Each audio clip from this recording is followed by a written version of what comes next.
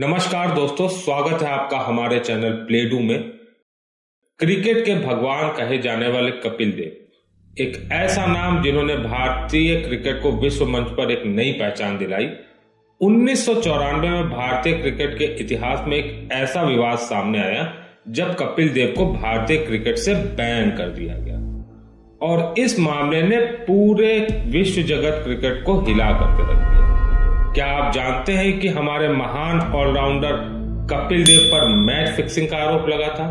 तो क्या यह केवल एक व्यक्तिगत गलती थी या इसके पीछे कुछ और था? आइए इस कहानी के पीछे की सच्चाई को समझने की कोशिश करते हैं।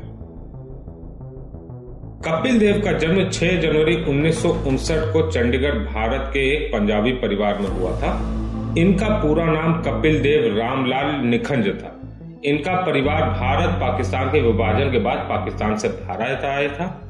कपिल देव ने अपने क्रिकेट करियर की शुरुआत हरियाणा क्रिकेट टीम से की थी। स्कूल के दिनों में ही उनकी गेंदबाजी की गति और स्विंग को कोच और क्रिकेट विशेषज्ञों ने नोटिस किया था।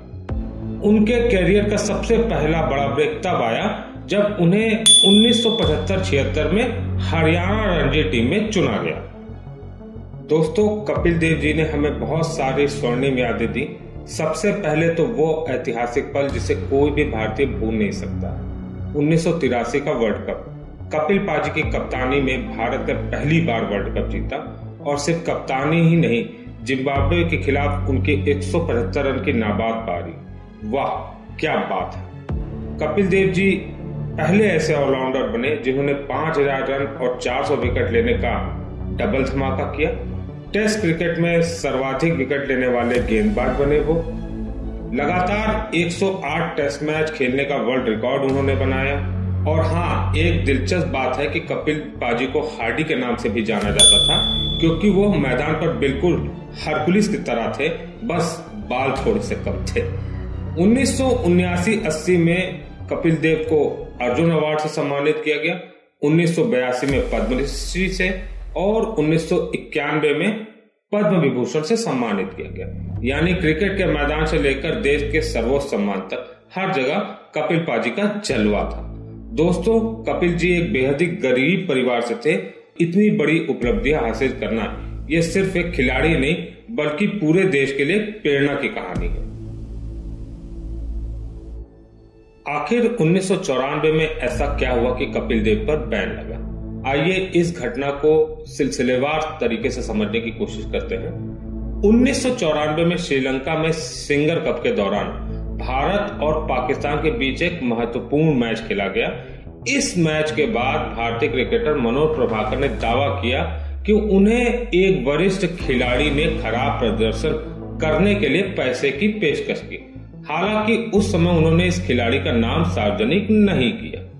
दोस्तों, 1994 की शुरुआत में एक ऐसी किताब आई जिसने भारतीय क्रिकेट में भूचाल ला दिया।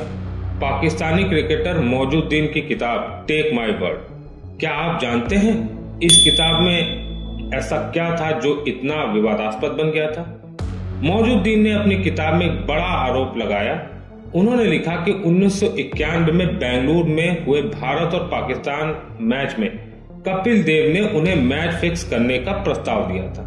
किताब के मुताबिक कपिल देव ने कथित तौर पर 25 लाख रुपए का ऑफर दिया था। सोचिए दोस्तों, एक ऐसा खिलाड़ी जिसने देश को पहला विश्व कप जिताया, उस पर इतना बड़ा आरोप। कपिल देव की प्रतिक्रिया देखकर हर भारतीय की आंखें नम हो गई। टीवी पर लाइव इंटरव्यू के दौरान वो रो पड़े। उन्होंने कहा कि मैंने अपनी पूरी जिंदगी क्रिकेट को दी है, मैं ऐसा कभी नहीं कर सकता।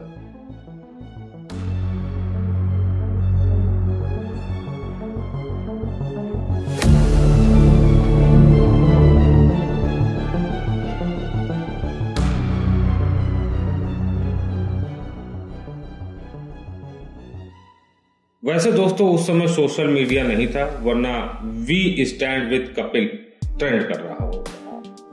2000 में जब मैच फिक्सिंग के आरोपी की जांच तेज हुई तो मनोज प्रभाकर ने खुलासा किया कि वह वरिष्ठ खिलाड़ी कोई और नहीं बल्कि कपिल देव थे। इस आरोप ने पूरे क्रिकेट जगत में सनसनी फैला दी। कपिल देव जो 1983 में भारत को विश्व कप जिताने वाले कप्तान थे, इस तरह के आरोपों के घेरे में आ गए। कपिल देव पर 1994 में मैच फिक्सिंग के आरोप लगे थे। यह आरोप पूर्व क्रिकेटर मनोहर प्रभाकर द्वारा लगाए गए थे, जिन्होंने दावा किया कि कपिल देव ने पाकिस्तान के खिलाफ एक मैच को फिक्स किया था। इस विवाद में अंपायर और मैच रेफरी की भूमिका बहुत महत्वपूर्ण थी, क्योंकि उन्होंने खेल के दौरान जो निर्णय लिए वे बाद में विवाद का हिस्सा बने। हालांकि बैन का निर्णय मुख्य रूप से बीसीसीआई द्वारा लिया गया।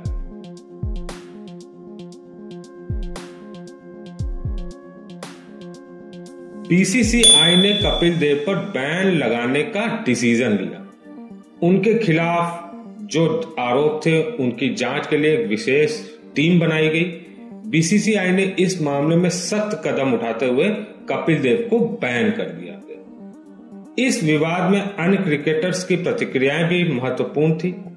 कुछ खिलाड़ियों ने कपिल का समर्थन किया, जबकि अन्य ने उनके खिलाफ बयान दिए। इस प्रकार यह विवाद केवल कपिल देव तक ही सीमित नहीं था, बल्कि क्रिकेट के पूरे समुदाय को प्रभावित करता था। कपिल देव पर लगे आरोप की गंभीरता को देखते हुए सीबीआई ने भी इस मामले की जांच की थी। कपिल देव को बैन करने का प्रोसेस तब शुरू हुआ जब क्रिकेटर मनोहर प्रभाकर ने उन पर मैच फिक्सिंग का आरोप लगाया। यह आरोप भारतीय क्रिकेट में एक बड़ा विवाद बन गया। बीसीसीआई ने इस मामले की गंभीरता को देखते हुए कपिल देव को तुरंत निलंबित कर दिया। क्या उन्हें तुरंत मैच से बाहर कर दिया गया? हाँ, कपिल देव को तुरंत ही मैच से बाहर कर दिया गया। यह निर्णय बीसीसीआई द्वारा लिया गया था, जो उस समय क्रिकेट एडमिनिस्ट्रेशन का एक प्रमुख पार्ट था। कपिल देव ने अपने ऊपर लगे हुए आरोपों का खंडन किया और कहा कि वे हमेशा खेल की डिग्निटी को बनाए रखने के लिए कमिटेड रहे। उन्होंने सार्वजनिक रूप से माफी तो नहीं मांगी, बल्कि अपनी बेगुनाही का दावा किया। इस फैसले ने मीडिया में हड़कंप मचा दिया। कई समाचार पत्रों और चैनलों ने इस मुद्दे को प्रमुखता से उठाया। जनता भी दो हिस्सों में बढ़ गई। कुछ लोग कपिल देव के समर्थन में थे, जबकि अन्य ने उन्हें दोषी ठहराया।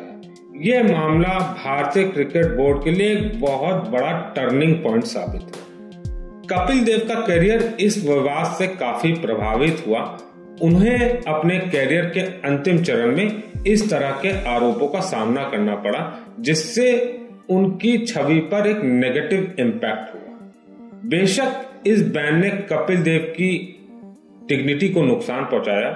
वो एक महान खिलाड़ी थे, लेकिन इस विवाद में उनके नाम के साथ में हमेशा एक धब्बा जोड़ दिया गया। कपिल देव ने संन्यास लेने के बारे में विचार किया, लेकिन उन्होंने अंततः 1994 में अपने अंतिम टेस्ट मैच के बाद संन्यास का डिसीजन लिया।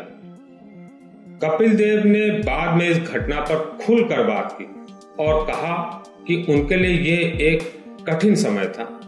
उन्होंने बताया कि उन्होंने अपने कैरियर को फिर से स्थापित करने का प्रयास किया और खेल की डिग्निटी को बनाए रखा।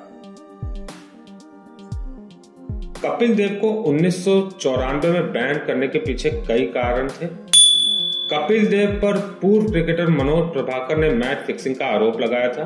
प्रभाकर ने दावा किया कि कपिल ने पाकिस्तान के खिलाफ एक मैच को फिक्स करने में भूमिका निभाई थी। यह आरोप क्रिकेट जगत में हलचल मचा देने वाला था। बीसीसीआई ने कपिल देव पर लगे आरोपों को गंभीरता को देखते हुए उन्हें बैन करने का निर्णय लिया। बीसीसीआई ने इस मामले की जांच के लिए एक विशेष समिति बनाई, लेकिन इस प्रक्रिया में कपिल देव को बैन कर दिया गया।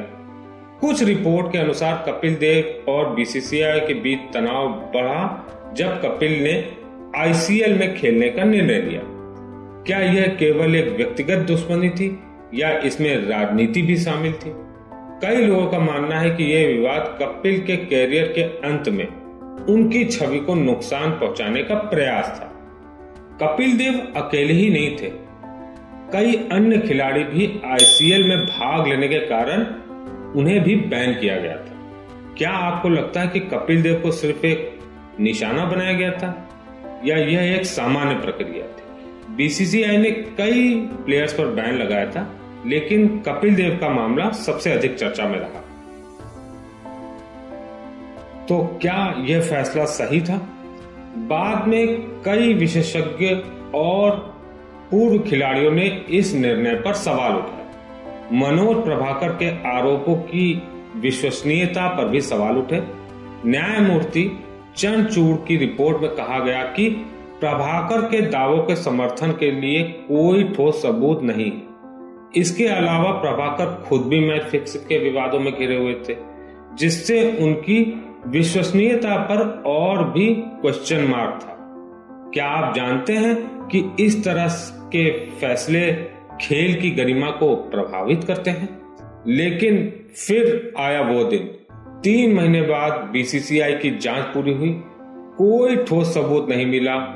कपिल पाजी बेगुनाह साबित हुए और जब वो वापस आए तो क्या कमाल का वेलकम था। पूरा स्टेडियम तालियों के गूंज से गूंज उठा। कपिल पाजी की आंखों में आंसू थे, लेकिन इस बार ये खुशी के आंसू थे। इस घटना ने भारतीय क्रिकेट को कई सबक सिखाए। बीसीसीआई ने एंटी करप्शन यूनिट बनाई, खिलाड़ियों के लिए आचार संहिता बनी, मैच फिक्सिंग के खिलाफ सख्त कानून बने। लेकिन सबसे बड़ी बात, कपिल पाजी ने साबित कर दिया कि सच्चाई की जीत होती है और वो मजबूत होकर लौटे। बाद में वो टीम इंडिया के कोच बने, युवा खिलाड़ियों के मेंटोर बने। क्रिकेट को क्लीन और क्लियर बनाने के लिए उन्होंने अभिन्न योगदान दिया। कपिल देव की कप्तानी में भारतीय टीम ने 1983 में पहला वनडे विश्व कप जीता। यह जीत न केवल भारतीय क्रिकेट के लिए एक मील का पत्थर थी, बल्कि इसने देश में क्रिकेट के प्रति जुनून को भी बढ़ाया। उस समय की मजबूत वेस्टइंडीज टीम को हराना एक ऐतिहासिक पल था, जिसने भारत को क्रिकेट की दुनिया में एक नई पहचान दिलाई। कपिल देव को दुनिया के सबसे बेहतरीन ऑलराउंडर में से एक माना जाता है। उन्होंने टेस्ट क्रिकेट में 5248 रन बनाए और 434 विकेट लिए। इसके अलावा उन्होंने वनडे में 3783 रन बनाए और 253 विकेट झटके। उनका ऑलराउंड प्रदर्शन भारतीय क्रिकेट के लिए अत्यंत महत्वपूर्ण था। 1983 के विश्व कप में जिम्बाब्वे के खिलाफ 175 रन बनाकर कपिल देव ने 6ठे नंबर पर बल्लेबाजी करते हुए एक कभी न टूटने वाला रिकॉर्ड बनाया। उन्होंने कप्तान के रूप में एक पारी में 9 विकेट लिए, जो आज भी एक रिकॉर्ड है। उन्होंने सबसे ज्यादा रन और विकेट लेने का भी रिकॉर्ड बनाया। उन्होंने 1979-80 की टेस्ट सीरीज में 278 रन और 32 विकेट लेकर यह रिकॉर्ड बनाया। कपिल देव ने भारतीय क्रिकेट को एक नई दिशा दी। उनकी कैप्टेंसी ने नए खिलाड़ियों को प्रेरित किया, जैसे सचिन तेंदुलकर, सौरव गांगुली और महेंद्र सिंह धोनी। 1994 का यह विवाद भारतीय क्रिकेट के इतिहास में एक काला अध्याय है, लेकिन यह हमें यह भी सिखाता है कि सच्चाई की जीत होती है। कपिल देव के खिलाफ आरोप साबित नहीं हो सके, उनकी प्रतिष्ठा बरकरार रही। जब हम कपिल देव की कहानी सुनते हैं तो हमें यह समझना चाहिए कि हर खिलाड़ी की यात्रा में उतार और चढ़ाव यानी कि अप्स एंड डाउन्स होते हैं। क्या आप यह मानते हैं कि खेल में ईमानदारी सबसे महत्वपूर्ण होती है? शायद यही जीवन का असली खेल है कि चुनौतियों का सामना करना है और हमें आगे बढ़ना। अगर आपको यह वीडियो पसंद आया हो तो कृपया लाइक करें, हमारे चैनल प्लेडू को सब्सक्राइब करें और हाँ, बेल आइकन दबाना ना भूलें।